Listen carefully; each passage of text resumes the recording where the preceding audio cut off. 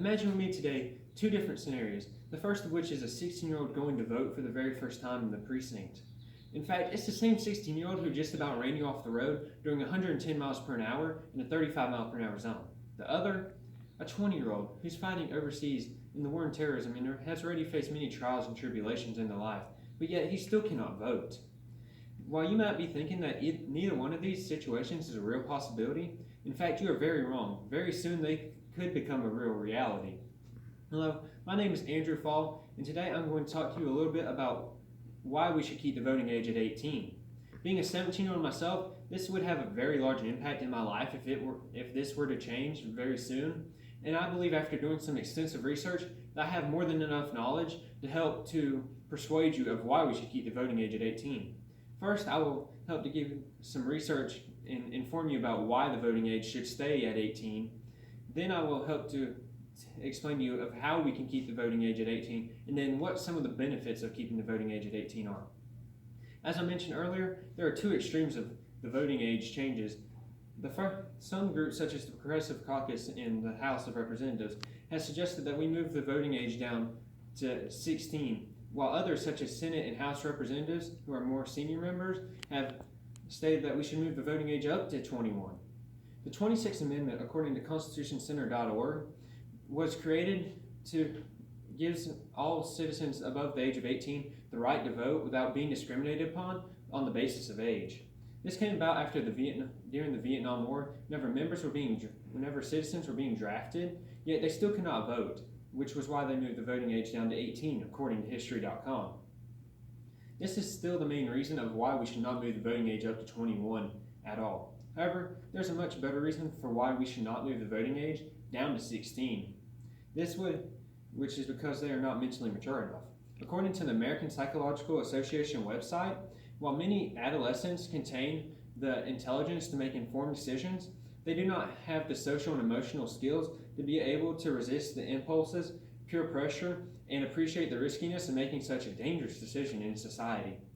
MentalHealthDaily.com also backs this up by saying that most psychologists have found that many people are not fully mature until the age of 25. If you look to the slide on my right, we will also see two brains right here. This one is a 16-year-old brain, and this one is a 20-year-old brain.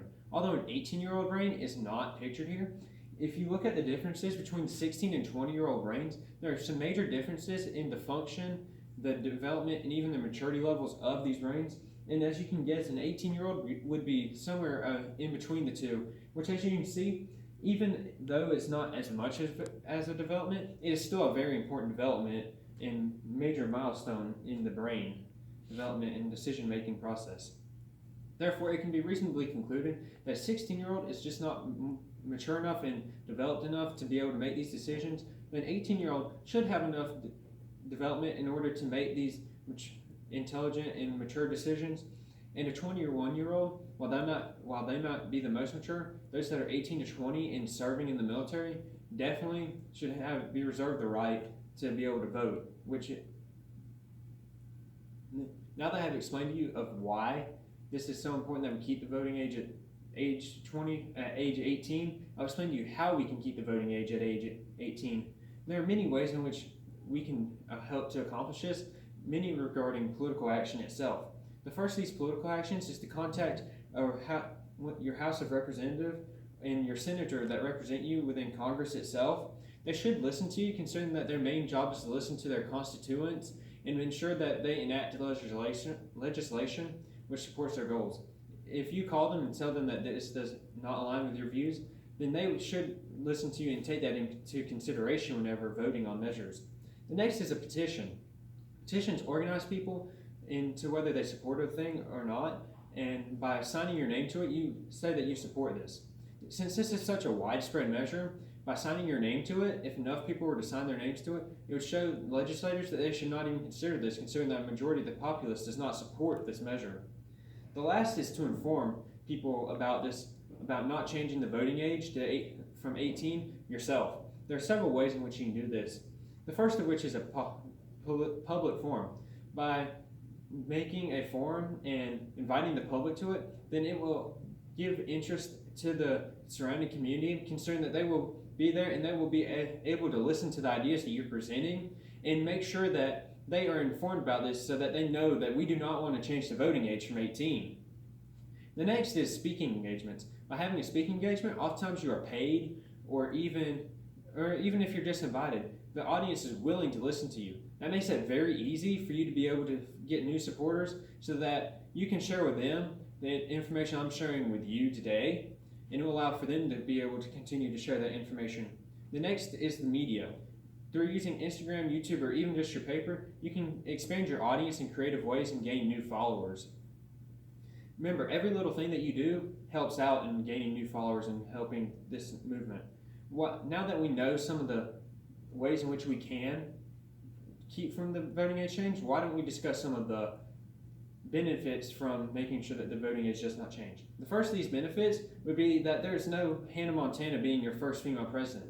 While this might be a little extreme, 16 and 17-year-olds are a little more attached to emotions and sentiments, and which means that they may not make the most well-informed decision. This, by keeping the voting age at 18, it would ensure that the most qualified candidates who are actually qualified for the job are put in office instead of someone who can just reach out to a younger person's emotional sentiments. The next is that this still works as an excellent selective service and draft reward. Considering that this was the main reason why we moved the voting age down to 18, I still feel as if this is applicable in today's society itself. Psychologicalscience.org states that the law divides people into two categories: minors who are vulnerable and incompetent, and adults who are autonomous and responsible, versus science, which bases it off of maturity. While this might not seem to have a very large impact on society today, we allow people to mature under the law and more wise people. We allow teenagers to drive at 16, adults to drink at 21, but the difference in these two is that at 18 we allow people to vote, which means that they have to make more responsible decisions and mature very quickly. Now that we know today I've discussed with you why we should keep the voting age at 18, how to ensure that this happens and we keep the voting age at 18, and why it is so crucial that we keep the voting age at 18. While I realize that this change cannot happen overnight, the momentum of why we should keep the voting age at 18 can. So therefore, I urge all of you to go home today, not tomorrow, not the next day, but create a plan of how you hope to make sure and ensure that this happens. So I urge you, go home, make that plan today, so that that crazy 16-year-old that we referred to earlier cannot drive, and that 20-year-old soldier can continue to vote, and make sure that you choose who you want to vote, and let's keep the voting age at age 18.